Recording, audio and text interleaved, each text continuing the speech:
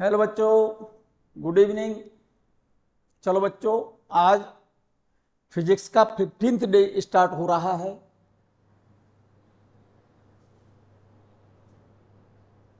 इस पर 15th day है बच्चों, ये आज फिजिक्स का, जिसमें चैप्टर पढ़ा रहा हूं मैं आपको एक नया topic, measurement, errors and experiment. तो पहले मैं बात करूंगा बच्चों आपसे मेजरमेंट और एरर की बात करूंगा, ठीक है ना। तो अपने अपने कॉपी और पेन निकाल दें, ठीक है नहीं, और मेरे साथ साथ नोट कर लें अगर पॉसिबल हो तो। अगर नहीं नोट कर पा रहे आप तो पहले मेरा लेक्चर सुने ठीक से, ठीक है, उसको वीडियो को पॉज करके, ठीक है, और उसको फिर नोट कर लें बाद में बीच में, ठीक। थोड़ा सा मैं बच्चों इस टॉपिक को, क्योंकि ये टॉपिक बहुत सिंपल है, ज़रूर से ज़्यादा सिंपल है, तो ध्यान से सुने और नोट भी कर लें, और पॉसिबल हो जाए तो वीडियो को लाइक और सब्सक्राइब जरूर कर दें बच्चों, जिससे हम लोगों को भी आपके साथ एनर्जी मिलेगी, ठीक है ना। तो ये संभव हो तो लाइक और सब्सक्राइब कर दें, ठीक है। कॉपी और पेन निकालें। मैं बात कर रहा हूं प्रिंसिपल रिगार्डिंग मेजरमेंट। आप टॉपिक देख रहे होंगे, प्रिंसिपल रिगार्डिंग मेजरमेंट। फिजिक्स के अंदर बच्चों किसी भी मेजरमेंट की एक्यूरेसी, जिस इंस्ट्रूमेंट से वो मेजरमेंट किया गया है उस इंस्ट्रूमेंट की लिस्ट काउंट से ज़्यादा पॉसिबल नहीं है। आपने लिखा है no measurement in physics can be done up to infinity accuracy, मतलब ऐसा कोई मेजरमेंट नहीं है जिसमें कोई एरर ना हो, एरर जरूर होगी। इसीलिए एक शब्द लिख दिया है यहाँ पर कि फिजिक्स के अंदर कोई भी मेजरमेंट किया जाए उसकी एक्यूरेसी इन्फिनिटी तक पॉसिबल नहीं है। ऐसा संभव नहीं है कि फिजिक्स के अंदर कोई मेजरमेंट करें और उसमें एरर ना आए, एरर जरूर आएगी, ठीक है ना। No measurement can be more accurate, आपने लिखा है no measurement can be more accurate than the least count of apparatus used. For example, जैसे हम, आपने लिखा है, ध्यान दीजिए, no measurement can be more accurate than the least count of the apparatus used, मतलब जो एपरेटस से, जिस एपरेटस से आपने कोई मेजरमेंट किया है उस मेजरमेंट में एक्यूरेसी उस एपरेटस की लिस्ट काउंट से ज्यादा संभव नहीं है, उससे उसकी लिस्ट काउंट से ज्यादा एक्यूरेट आप मेजर नहीं कर सकते। फॉर एग्जाम्पल, जैसे हम आपसे ये कहें, जैसे ये कोई स्केल है, ठीक है, स्केल तो देखा होगा आपने, यहां पर मार्क 0 का है, यहां पर कैलिब्रेशन कहते हैं, चिन्हांकन। इस पर जो मार्क हो रहे हैं, चिन्ह लगे हुए हैं, जैसे 1 2 3 4 और ये 5, 1 2 3 4 5। जैसे मान लो यहां तक ये कोई स्केल बनाया है मैंने, एक डिवीजन इसका 0.1 सेंटीमीटर का है, जैसे यहां पर मैंने 10 सेंटीमीटर 1 सेंटीमीटर लिखा हुआ है, तो 1 सेंटीमीटर यहां पर 10 इक्वल डिविजन्स में डिवाइड है। जैसे यहां तक, यहां से लेकर के यहां तक 1 सेंटीमीटर लिखा हुआ है, और 1 सेंटीमीटर डिस्टेंस को 10 बराबर बराबर भागों में बांटा है, ठीक है ना। आगे चलता हूं जरा, 1 डिवीजन 2 3 4 5, 1 2 3 4 5, यहां पर लिखा है 2 सेंटीमीटर, 1 2 3 4 5, 1 2 3 4 5, यहां पर लिखा है 3 सेंटीमीटर, ठीक है, एंड सो ऑन। जैसे मान लो मीटर स्केल है ये 1 मीटर लंबा, तो इसका मतलब 1 मीटर लंबे का मतलब क्या हो गया, 100 सेंटीमीटर, ठीक है ना। और इसका हर 1 सेंटीमीटर डिस्टेंस यहां से यहां तक 1 सेंटीमीटर जो डिस्टेंस है, इसको 10 इक्वल डिवीजन में डिवाइड किया है, 10 बराबर बराबर भागों में बांटा है, तो इसके एक डिवीजन की वैल्यू कितनी हो गई, एक डिवीजन की वैल्यू हो गई 0.1 सेंटीमीटर, जो कि इसकी लिस्ट काउंट है। भाई 1 सेंटीमीटर को 10 बराबर बराबर भागों में बांटा है, तो इसकी लिस्ट काउंट कितनी हो गई, एक डिवीजन की वैल्यू जो भी होगी वो इसकी लिस्ट काउंट होगी। तो एक डिवीजन की वैल्यू यहां पर कितनी हो गई, बोलो बच्चों, 1 डिवीजन, एक डिवीजन की वैल्यू हो गई 1 सेंटीमीटर को आपने 10 बराबर भागों में बांटा है, इसकी वैल्यू हो गई 0.1 सेंटीमीटर। क्लियर है? जो कि इसकी क्या है, लीस्ट काउंट है एक तरह से। तो लीस्ट काउंट हो गई इसकी एक डिवीजन की वैल्यू के बराबर, और इसकी लीस्ट काउंट कितनी हो गई इस तरह से, 0.1 सेंटीमीटर। ठीक है, तो मैं ये कहना चाहता हूं, जैसे ये कोई रॉड है, जैसे यहां पर एक मैंने रॉड ली और इस रॉड की लंबाई मैंने इस स्केल से नापी। जरा ध्यान देना, ये रॉड है और इस रॉड की जो ग्रीन कलर की मैंने बनाई है, इस रॉड की इस स्केल से लंबाई मैंने नापी है। और इसमें देख रहे होंगे आप कि यहां से यहां तक ये कितना सेंटीमीटर है, वो 2 सेंटीमीटर। 2 सेंटीमीटर के बाद क्या हो रहा है, देखो जरा, एक डिवीजन, दो डिवीजन, दो डिवीजन से थोड़ा आगे है और तीसरे डिवीजन से थोड़ा पहले है। तो इस रीडिंग को क्या पढ़ेंगे हम, 2.2 सेंटीमीटर रीड करेंगे, या तो क्योंकि 2.2 से थोड़ी ज्यादा है, या फिर ऐसे कहो 2.3 सेंटीमीटर से थोड़ी कम है।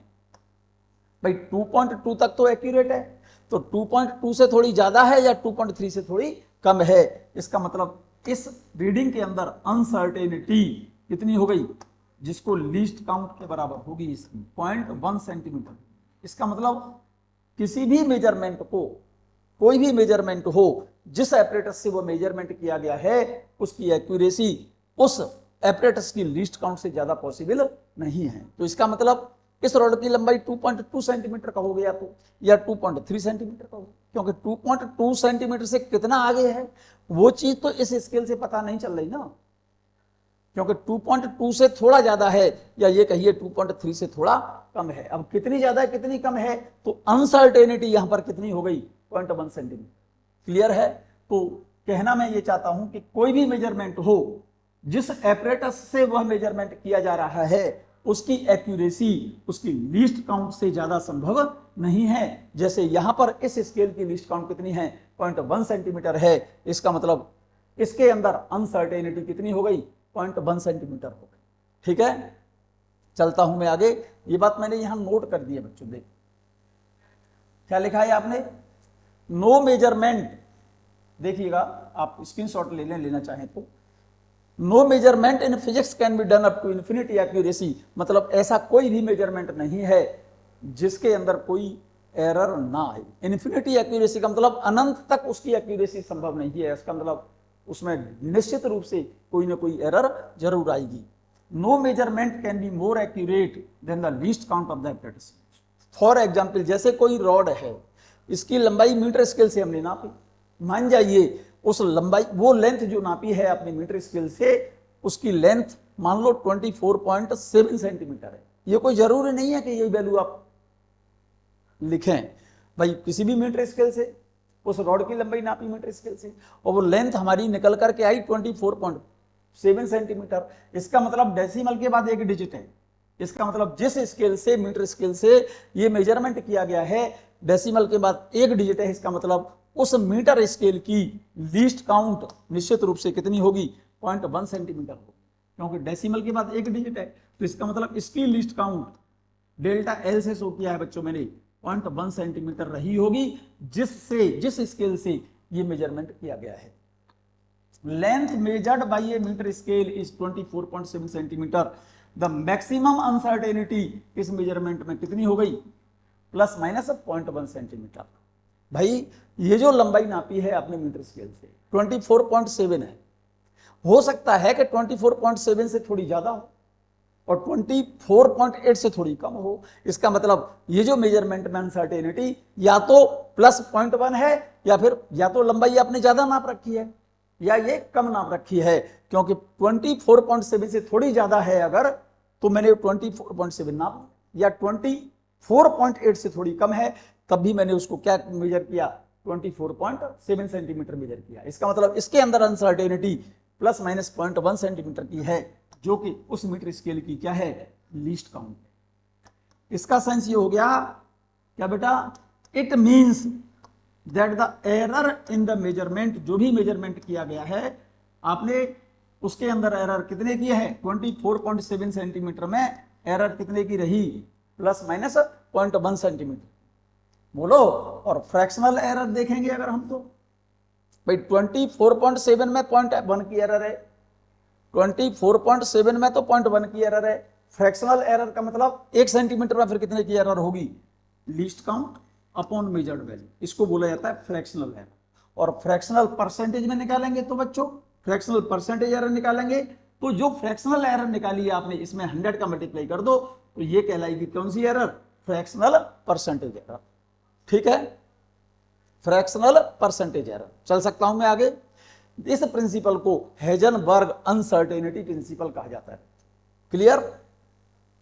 सेकंड एग्जांपल देखो, जैसे किसी ऑब्जेक्ट का मास हमने मेजर किया किसी इंस्ट्रूमेंट से, और मान जाइए कि वो मेजरमेंट इंस्ट्रूमेंट से जिससे किया है वो मेजर्ड वैल्यू निकली है आपकी 1.6714 ग्राम। तो इसका मतलब डेसिमल के बाद कितने डिजिट हैं, 1 2 3 4, इसका मतलब इसकी लिस्ट काउंट हो गई कितनी, 0.0001 ग्राम। भाई डेसिमल के बाद 4 डिजिट हैं, तो इसका मतलब इसकी लिस्ट काउंट कितनी हो गई होगी इस स्केल की, 0.0001 ग्राम। देखो 4 डिजिट होंगी डेसिमल के बाद। क्लियर है। तो इसकी फ्रैक्शनल एरर क्या होगी, ये तो एरर है, अनसर्टेनिटी जिसे बोलते हैं आप, और ये मेजर्ड वैल्यू है, तो डेल्टा एम अपॉन एम। तो डेल्टा एम कितना है यहाँ पर 0.0001 ग्राम, और मेजर्ड वैल्यू ये है, इससे डिवाइड कर देना तो निकल आएगी फ्रैक्शनल एरर, और परसेंटेज निकालना है अगर उसका तो उसमें मल्टीप्लाई कर देना फ्रैक्शनल एरर में कितने का, 100 का। क्लियर। तो फ्रैक्शनल एरर निकालना सीख गए, मेजर्ड वैल्यू एरर और मेजर्ड वैल्यू।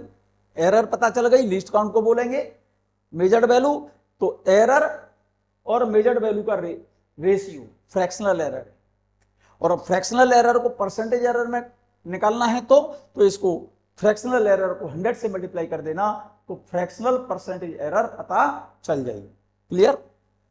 चलिएगा, एरर इन मेजरमेंट, मेरे बच्चे एक्चुअल वैल्यू और मेजर्ड वैल्यू का जो डिफरेंस होता है वो एरर कहलाती है बच्चों मेजरमेंट। आपने लिखा है the difference in the true value का मतलब एक्चुअल वैल्यू और मेजर्ड वैल्यू, क्या बेटा, the difference in the true value and the measured value of a quantity is called error of measurement. Measurement error are of 3 types. क्या बेटा, जो measured value है, जो मेजरमेंट किया है उसमें एरर जो होती है वो क्या है, मेजर्ड वैल्यू और एक्चुअल वैल्यू का जो अंतर है, डिफरेंस है, वो एरर कहलाती है। अब ये एरर जो होती है हमारी, ये 3 तरह की हैं बच्चों। Error are of 3 types, note करते जाइए। एक तो systematic error, systematic error either positive और नेगेटिव। मतलब सिस्टमैटिक एरर या तो प्लस की होगी, पॉजिटिव हो सकती है, या फिर नेगेटिव हो सकती है। मतलब पॉजिटिव होने का मतलब या तो आपने वैल्यू ज्यादा नाप ली या वैल्यू कम नापी। जो मेजर्ड वैल्यू है वो एक्चुअल वैल्यू से या तो ज्यादा है तो एरर पॉजिटिव आ गई, या फिर मेजर्ड वैल्यू एक्चुअल वैल्यू से कम नापी तो एरर कैसी आ जाएगी, नेगेटिव आ जाएगी। क्लियर। अब सिस्टमैटिक एरर जो होती है हमारी, ये 5 होती है बच्चों, 5 तरह की होती है सिस्टमैटिक एरर। देखिएगा, पहली एरर सिस्टमैटिक एरर कौन सी है, सिस्टमैटिक एरर जो है हमारी 5 तरह की है। एक तो होती है इंस्ट्रूमेंटल एरर। सिस्टमैटिक एरर जो होती है, इंस्ट्रूमेंट में अगर कोई एरर है तो उसकी वजह से जो एरर है, जो अनसर्टेनिटी आएगी, जो एरर आएगी वो या तो प्लस में आएगी या फिर माइनस में आएगी। इंस्ट्रूमेंटल एरर क्या हो सकती है, due to calibration of instrument are not accurate. क्या कहना चाहता है, सिस्टमैटिक एरर हमारी 5 है। ठीक है, पहली वाली कौन सी है बेटा, इंस्ट्रूमेंटल एरर। इंस्ट्रूमेंटल एरर का मतलब जो भी इंस्ट्रूमेंट बनाया है आपने उस पर जो चिन्ह लगाए हैं ना, चिन्ह लगाने को कैलिब्रेशन बोला जाता है। अगर उस स्केल पर जो कैलिब्रेशन का मतलब चिन्हांकन जो किया है, जो साइन लगाए हुए हैं वो एक्यूरेट ना हो, गलत लगा दिए हों, उसकी वजह से जो एरर आएगी वो इंस्ट्रूमेंटल एरर होगी। दूसरी होती है experimental procedure. Experimental procedure, experiment करने का तरीका आपका अलग अलग हो तब भी उसमें एरर, क्योंकि रीडिंग अलग अलग आएंगी, मेजर्ड वैल्यू अलग अलग आएगी, तो उसमें एरर आएगी। फॉर एग्जाम्पल जैसे, for example to determine the temperature of human body, जैसे हम ह्यूमन बॉडी का मतलब टेम्परेचर हम अपना पता करना चाहते हैं, ठीक है ना, तो थर्मोमीटर क्या करते हैं, या तो माउथ के अंदर लगाते हैं या अंडर आर्म पिट। तो अंडर आर्म पिट लगाएंगे थर्मामीटर को तो वैल्यू अलग आएगी, और मुंह में लगा करके जब टेम्परेचर बॉडी का नापेंगे तो वैल्यू अलग आएगी। वो इंस्ट्रूमेंटल मतलब एक्सपेरिमेंट का प्रोसीजर अगर अलग अलग है तो रीडिंग अलग अलग आएंगी, और रीडिंग अलग अलग आएंगी तो वो जो मेजर्ड वैल्यू है वो एक्चुअल वैल्यू से क्या होगी, डिफरेंट होगी, जिसकी वजह से एरर आ जाएगी। टू डिटरमाइन द, जैसे आपने लिखा एक्सपेरिमेंटल प्रोसीजर अगर आपका अलग है, जैसे to determine the temperature of human body a thermometer placed under the armpit will always give a temperature lower than the actual value। जो एक्चुअल टेम्परेचर है बॉडी का, आर्मपिट के अंदर थर्मामीटर को लगा करके जो टेम्परेचर नाप रहे हो तो वो वैल्यू डिफरेंट वैल्यू आएगी, जिसकी वजह से क्या बेटा एरर जो आ रही है वो एक्सपेरिमेंटल प्रोसीजर डिफरेंट, अलग तरीका अलग होने की वजह से उसमें एरर आएगी, ठीक है ना। तीसरी एरर है personal error due to lack of proper setting of apparatus. अगर जिस एपरेटस से आप मेजरमेंट करना चाहते हैं, अगर वो एपरेटस की सेटिंग करना आपसे ठीक नहीं आता तो उसकी वजह से भी जो एरर आती हैं वो भी सिस्टमेटिक एरर में काउंट करते हैं हम। और फोर्थ एरर है बच्चों एक्सपेरिमेंटल कॉज। क्या बेटा, एक्सटर्नल कॉज, एक्सपेरिमेंटल नहीं एक्सटर्नल कॉज। क्या बेटा, एक्सटर्नल कॉज, कोई भी एक्सपेरिमेंट जैसे कर रहे हो तो उसके डिफरेंट अलग अलग वैल्यू आने का रीजन एक्सटर्नल कॉज, जैसे एटमॉस्फेयर का टेम्परेचर बदल जाए या फिर प्रेशर बदल जाए या एटमॉस्फेयर की ह्यूमिडिटी बदल जाए, जिसकी वजह से एक्सपेरिमेंट से जो रिजल्ट आएंगे वो डिफरेंट आएंगे। वो एरर क्या बेटा एक्सटर्नल कॉज की वजह से जो एरर आ रही है वो एरर भी सिस्टमेटिक एरर में ही काउंट की जाती है, ठीक है ना। और पांचवी एरर है मेरे बच्चे लीस्ट काउंट एरर। क्या बेटा, जिस एपरेटस की लीस्ट काउंट कम है, less is the least count. Least count जिसकी कम है उसकी एक्यूरेसी ज्यादा आएगी, जिसकी लीस्ट काउंट कम है उसका एरर, इसका मतलब उसमें एरर कम आ रही है तो एक्यूरेसी ज्यादा है, एंड वाइस वर्सा। मतलब कम लीस्ट काउंट है तो एक्यूरेसी ज्यादा है, ज्यादा लीस्ट काउंट है तो एक्यूरेसी कम है, एंड वाइस वर्सा का मतलब है जो बात आपने ऊपर लिखी है उसका रिवर्स, उसका उल्टा। क्लियर, क्लियर है बच्चों। दूसरी एरर होती है बच्चों रैंडम एरर। कौन सी एरर बेटा, रैंडम एरर, बहुत इंपॉर्टेंट है। देखो एरर मैंने तीन बताई हैं आपको। एक तो सिस्टमेटिक एरर, सिस्टमेटिक एरर हमारी 5 हैं। पहली एरर कौन सी होती है, क्योंकि सिस्टमेटिक एरर प्लस की हो सकती है या मतलब जो एक्चुअल वैल्यू है उससे ज्यादा वैल्यू निकल आई या फिर उससे कम निकल आई, इसीलिए सिस्टमेटिक एरर हमारी या तो प्लस में होगी या माइनस में होगी, ठीक है ना। सिस्टमेटिक एरर का कारण 5 तरह के रीजन है इसके। पहला रीजन है क्या बेटा इंस्ट्रूमेंटल एरर। इंस्ट्रूमेंट जो है जिससे मेजरमेंट कर रहे हो उस पर जो चिन्ह लगाए हैं ना वो गलत लगा रखे हो आपने, जिसकी वजह से जो एरर आ रही है वो इंस्ट्रूमेंटल एरर सिस्टमेटिक में काउंट होगी बच्चों। एक्सपेरिमेंटल प्रोसीजर अगर अलग है, अलग अलग प्रोसीजर से आप वही एक्सपेरिमेंट रिपीट करते हो तो आपके रिजल्ट भी अलग अलग आएंगे, और रिजल्ट जब अलग अलग आएंगे तो एक्चुअल जो वैल्यू है उससे डिफरेंट रिजल्ट आ रहे हैं, तो वो एरर भी प्रोसीजर एक्सपेरिमेंट का प्रोसीजर होने की वजह से जो एरर आ रही है वो भी सिस्टमेटिक एरर में ही काउंट की जाएंगी, ठीक है ना। तीसरी एरर होती है पर्सनल एरर। किसी एपरेटस को ठीक से आपको यूज करना नहीं आ रहा, सेटिंग उसकी ठीक से पता नहीं है आपको, जिसके कारण मेजरमेंट गलत रीडिंग ले पा रहे हो आप, लिए हैं आपने, ठीक है ना। उसकी वजह से जो एरर आएगी वो भी सिस्टमेटिक एरर में ही काउंट होगी। फोर्थ एरर है एक्सटर्नल कॉज। फॉर एग्जाम्पल जैसे हम एयर में साउंड की स्पीड निकाल रहे हैं, तो साउंड की स्पीड जब निकाल रहे हो और अचानक से एटमॉस्फेयर का टेम्परेचर बदल गया, तो अलग अलग टेम्परेचर पर एयर में साउंड की स्पीड अलग अलग आती है। तो आपने लिखा है एक्सटर्नल कारण क्या हो सकता है एक्सपेरिमेंट का जिसकी वजह से एरर आ रही है। जैसे साउंड की स्पीड निकाली आपने एयर में तो टेम्परेचर बदल गया तो साउंड की स्पीड बदल जाएगी, ठीक है ना। जैसे किसी सॉलिड में या किसी लिक्विड में साउंड की स्पीड निकाल रही हो, तो प्रेशर बदल गया तब भी साउंड की स्पीड बदल जाएगी, ठीक है ना। अब एयर की, अगर एयर में साउंड की स्पीड निकालते समय ह्यूमिडिटी बदल गई तब भी एयर में साउंड की स्पीड एक्चुअल स्पीड से बदल जाएगी, जिसकी वजह से जो एरर आएंगी वो एरर भी सिस्टमैटिक एरर में ही काउंट की जाती है। फिफ्थ एरर कौन सी है बच्चों? सिस्टमैटिक, जिस एपरेटस की लीस्ट काउंट कम होगी। लीस्ट काउंट जिसकी कम है उसकी एक्यूरेसी ज्यादा होगी, और जिसकी लीस्ट काउंट ज्यादा है उसकी एक्यूरेसी कम होगी।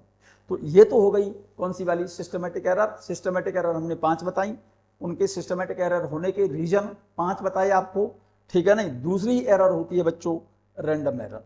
रैंडम एरर क्या है? इनको रैंडम एरर को चांस एरर भी कहते हैं बच्चों। क्या बेटा? जरा चेक करें इसे क्या लिखा है, नोट कर लें या स्क्रीनशॉट ले लें, ठीक है। It is changes with time, so it is also called chance error. क्या कहना चाहता है?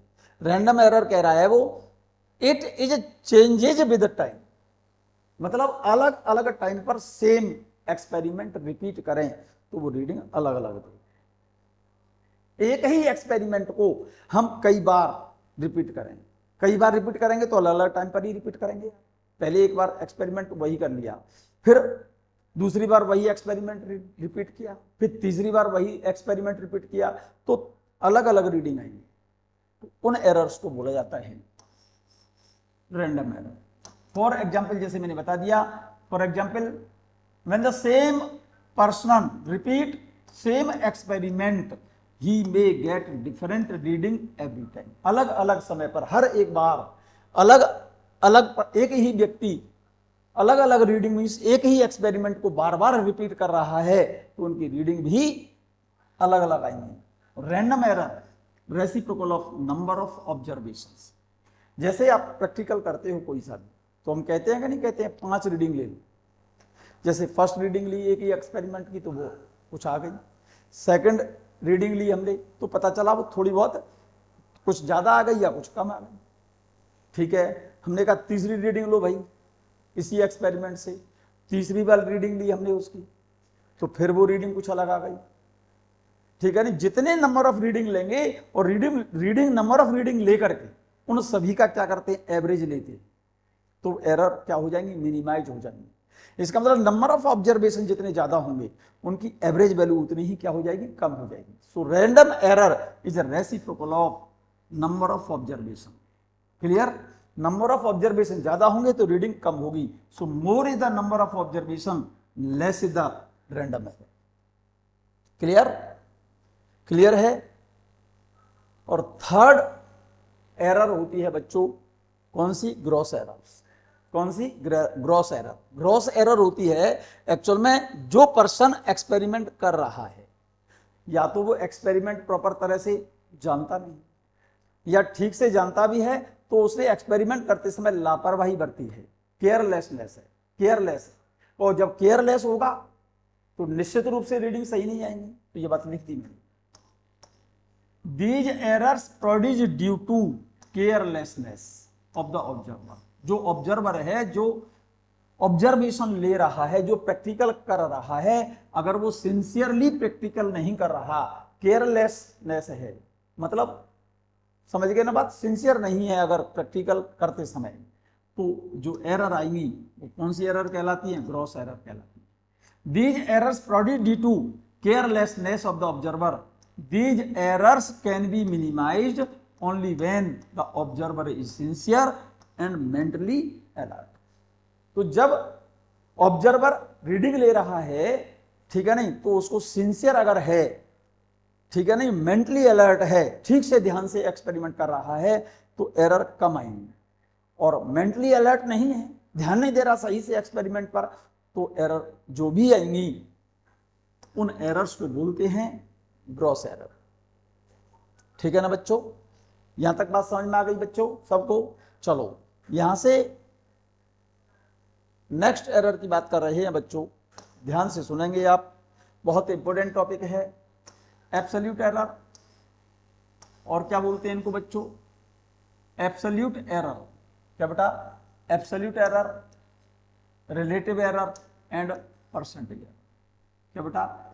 एब्सोल्यूट एरर, रिलेटिव एरर और परसेंटेज निकालेंगे तो उसमें 100 का मल्टीप्लाई करेंगे। एब्सोल्यूट एरर क्या होती है? एब्सोल्यूट एरर होती हैं जो आपने रीडिंग ली है, अलग अलग जो रीडिंग ली है, उन सभी रीडिंगों की मीन वैल्यू और इंडिविजुअल वैल्यू का डिफरेंस एब्सोल्यूट एरर कहलाती है। ये लिख दिया है मैंने।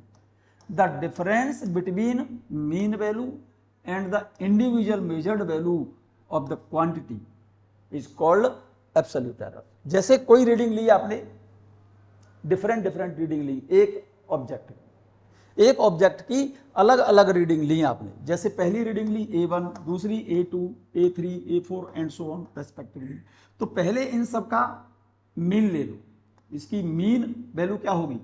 A1, मतलब इन सभी रीडिंगों को ऐड कर लो और जितनी नंबर ऑफ रीडिंग है उस नंबर से डिवाइड कर दो। जैसे 10 रीडिंग ली तो 10 वैल्यू ऐड करो, 10 से डिवाइड करो, ये तो मीन वैल्यू हो जाएगी। ठीक है ना? ये कौन सी वैल्यू हो जाएगी? Mean value. इस मीन वैल्यू और पहली रीडिंग का डिफरेंस, पहली एब्सोल्यूट एरर है, मीन वैल्यू सेकंड वैल्यू का डिफरेंस सेकंड एब्सोल्यूट है। सेम इसी तरह से मीन वैल्यू और इंडिविजुअल वैल्यूज का जो अंतर आ रहा है, ये मीन, ये एब्सोल्यूट एरर कहलाती हैं। और जो एब्सोल्यूट एरर आई हैं इन सभी का मीन ले लो, मीन एब्सोल्यूट एरर कहलाएगी। जैसे पहली एब्सोल्यूट एरर आई डेल्टा A1, दूसरी डेल्टा A2, तीसरी delta A3 and so on, और नंबर ऑफ रीडिंग से डिवाइड कर दो तो ये निकल आएगी एब्सोल्यूट जो एरर निकाली थी उसकी मीन वैल्यू निकल आएगी। तो फाइनल रिजल्ट जब लिखा जाएगा तो उसको लिखा जाता है mean value plus minus mean absolute error, mean value और ये plus minus mean absolute error. Clear? और रिलेटिव या फ्रैक्शनल एरर निकालनी है अगर आपको, तो मीन एब्सोल्यूट एरर और मीन वैल्यू का जो रेशियो है, आपने लिखा है मीन एब्सोल्यूट एरर और मीन वैल्यू का जो रेशियो है वो फ्रैक्शनल एरर कहलाती है या रिलेटिव एरर कहलाती है। लिख दिया है आपने। It is defined as the ratio of mean absolute error. ये तो मीन एब्सोल्यूट एरर है, ये मीन वैल्यू है, उसका रेशियो मीन क्या बेटा? रिलेटिव एरर कहलाती है या फ्रैक्शनल एरर कहलाती है। और इस फ्रैक्शनल एरर को 100 से मल्टीप्लाई अगर कर दें तो निकल आता है फ्रैक्शनल परसेंटेज एरर 100 से मल्टीप्लाई। यहां तक बात क्लियर है? अगर नहीं है क्लियर बच्चों तो फिर से मैं रिपीट कर रहा हूं, देखिएगा। एब्सोल्यूट एरर क्या है? इंडिविजुअल मेजर्ड वैल्यू और इनकी मीन वैल्यू का जो डिफरेंस है। इंडिविजुअल जो वैल्यू जो आपने ऑब्जर्वेशन लिए हैं उन सभी को ऐड करके नंबर ऑफ रीडिंग से डिवाइड कर लो तो मीन वैल्यू निकल आएगी।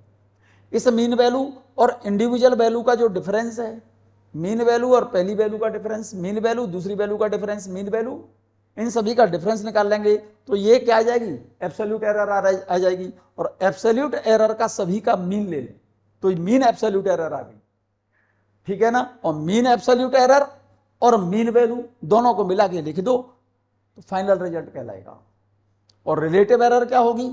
मीन एब्सोल्यूट एरर और मीन वैल्यू का रेशियो फ्रैक्शनल एरर कहलाती है या रिलेटिव एरर कहलाती है। और इसमें अगर हम 100 का मल्टीप्लाई कर देते हैं तो फ्रैक्शनल परसेंटेज एरर हो जाएगी। कौन सी एरर हो जाएगी? ठीक है, इसका एग्जाम्पल ये नोट कर लें और इस एग्जाम्पल को आप सॉल्व करें बच्चों। इस एग्जाम्पल को सॉल्व करें, प्रोसीजर मैंने बता दिया है। ठीक है बच्चों? ठीक है बच्चों, मैं आपसे सभी से फिर से एक बार बोलूंगा बच्चों, आप इस वीडियो को सुनकर के अगर नोट नहीं कर पाए हैं तो पॉज करके वीडियो आप इसको नोट कर लें और इस एग्जाम्पल को सॉल्व करें। और संभव हो जाए तो लाइक और सब्सक्राइब कर दें हमारे चैनल।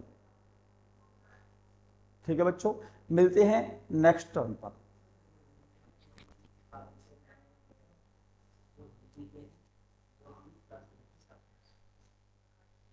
बच्चों जो हिंदी मीडियम के बच्चे हैं ना, 7 बजे से उनकी हिंदी मीडियम से फिजिक्स की क्लास स्टार्ट होगी। तो जो हिंदी मीडियम के बच्चे हैं, जो हिंदी में पढ़ना चाहते हैं, ठीक है ना, तो वो लीव ना करें। 7 बजे से फर्दर फिजिक्स की क्लास स्टार्ट होगी, लेकिन वो हिंदी में होगी। हिंदी मीडियम और इंग्लिश मीडियम कोई से भी बच्चा पढ़ सकता है, इसमें कहीं कोई प्रॉब्लम नहीं आएगी आपको। लेकिन मोस्टली मेनली जो हिंदी मीडियम के बच्चे हैं वो लीव ना करें।